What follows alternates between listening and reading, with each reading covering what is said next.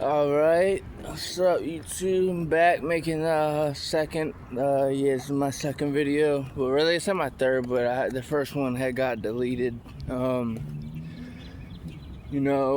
making this channel to try to spread awareness on addiction and, really to get the message to the youth that addiction does not discriminate. And, if you're in them streets and you're playing that shit, you playing that role, it comes with it a lot. Like a lot of people I knew who I started, in the streets with, ended up becoming dope fiends.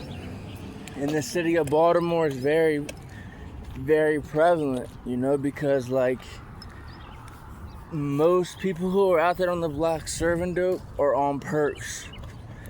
And for those who don't know, perks are an opiate. Dope is an opiate. And eventually, like in my case, I had like up to 300 milligram a day perk habit. And a day came where I couldn't get perks, and I tried dope. The first time I did dope, I had 4 bands in my pocket. It wasn't like I couldn't afford the perks. It's just, the doctors cut down on prescribing them. It's really hard to get real perks. And the day came, and it presented itself, and, I made one of the worst decisions of my life. But today, this video is going to be on, a robbery that took place when I got into the bottom of my addiction. I'm on my way to work right now. Due to my addiction, I have multiple DUIs, so I catch 3 buses every day just to get to work. I'm doing what I gotta do to support my family. I just had a newborn, and I'm doing what I gotta do. But anyway, back to the story. Knee deep in my addiction. I done fucked my trap all the way off. I have no clients because I done burned them all. And in Baltimore, it's like dope spots are like it's like almost like they run like an assembly line. Like I don't know, it's a whole organization, like not organization, but it's like it's a shop. Like they're called dope shops for a reason. Like you'll have the hitter. You'll have, the person that takes the money. You'll have the person, it's usually a little kid in the cut, and you give the money to the dope boy. He has a little kid come out, or whoever, come out and give you the dope, so you're not getting the dope from the person you're giving the money to. And there's usually like a lookout on each end of the corner. And there's usually muscle in the alley or in a split or in a vacant house, sometimes even on a roof. Like real shit, there's been spots I went to where there's people on roofs, like with guns, like wishing for a motherfucker to try. But this spot I was getting shit from, they was just being real, like, it was super arrogant. They shit was run really sloppy. And I seen an opportunity. And, the people, like, I'm not a tough guy, okay? I don't pretend to be a tough guy. I might be a little fucked in the head, but I'm not out here looking for smoke. I never was. Don't get me wrong, I'm not ducking no wreck neither. I'm not ducking nothing. But I don't like conflict. Like, I really don't. But I'm not going to avoid it. But anyway, in your addiction, it makes you do shit you don't necessarily want to do. And this day I was down bad. And this dope shop I knew that was run real sloppy. And they would just talk to us like shit when we would come to grab. Just real, like, it wasn't right. But when you're in the streets or you're in addiction, which is two different things. A lot of people get it misconstrued. Like, just because you're an addict does not mean you're in the streets. Yeah, you might literally live in the streets, but you're not in the streets. Like, you're not in the dope game. You're in the dope game, but you're in the dope game as a customer. Like, it's not the same thing. And, rehabs are full of people who...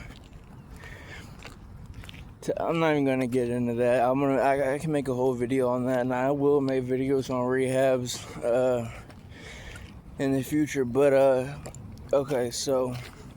there's 3 dudes I used to really run with in the depths of my addiction when I got to my bottom. And to prevent, from identifying or anything, I'm gonna just make up names. Let's say I'm gonna call the one dude MJ. I'm gonna call the one dude Larry. I'm gonna call the one dude Derek. Now, Derek was really like the one who was really like the crazy. Like, he was really living like that. Like, he really played with, like, he was with the shit. And and I feel like I kind of had like I was the one who was the smartest out of the bunch. And I mean, that's not saying much. I wasn't running with the smartest people, but we set up this robbery on this spot that was run real raggedy. We knew where they would hold their gun, because usually on them dope blocks, like, the people are not, like, they don't have the gun on them. Because if the cops were to roll up, which they do all the time, and you get knocked with a gun along with the drugs, especially if it's the feds, like, that gun alone adds at least a 2-year, like, it adds 2 years onto whatever, and that's just a gun alone. Like, if it's a big crime, it makes the charger a lot more serious. So we're watching this. We've been like staking this spot out for a while. We know where they keep their gun at. We know where they keep the pack at. And so what we do is we get a 4th person. Well, really a 5th person, because I would, including myself, there was 5 of us. And the 5th person was just a real down bad, pitch a sign, beg for money type dude. So we got him. We gave him a couple bucks to go around and cop. He got some dope, and he told us, like, everything's running how it's been all week, sloppy, not protected right. So the way it's set up in Baltimore, it's row homes. And it's one row, one row would be 10 houses. Then there'll be like a break, like a split, and then another 10 houses. And in the split is an alley. And in that alley is where the boy that's holding the drugs would be. And the dude that's collecting the money is sitting out on the block, like on the stoop. So we have the one dude come up, and he's talking to him like he's gonna buy something.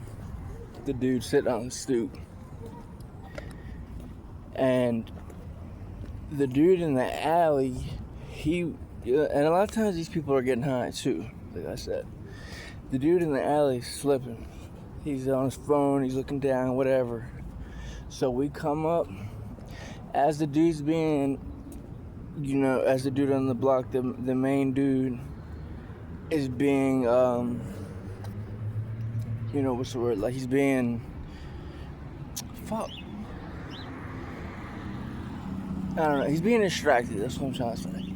He's being distracted. So the alley had, like, it's another alley that comes to a T in that alley. You know, in Baltimore's a lot of little roads, they all intersect and shit. So we come through the one of us is coming out one way, the other one's coming through the other end of the alley. We put the gun on dude, and he has no choice but at that point to give us the pack. And it was like, it was 5 50 packs. In Baltimore, it's usually, a pack is usually a bag with 50 gel caps. The dope comes in, you know, gel caps, vegetable caps. And you know, as we're getting away, we have our car parked on, like, if this is the block, the alley, the other alley, then there's a block on the backside. That's where our car is parked at. So after we get all the shit and we're running, we get to the car. The dude's sitting in the car with the car already on idling. We get in, and as we're pulling off, we're getting away. We don't skirt off. We don't do anything like that because we don't want to draw more attention. Because, you know, there's also addicts and people who might just be associated with them around the area, and we don't want to draw attention because we don't want them to come to their aid. But it's too late anyway.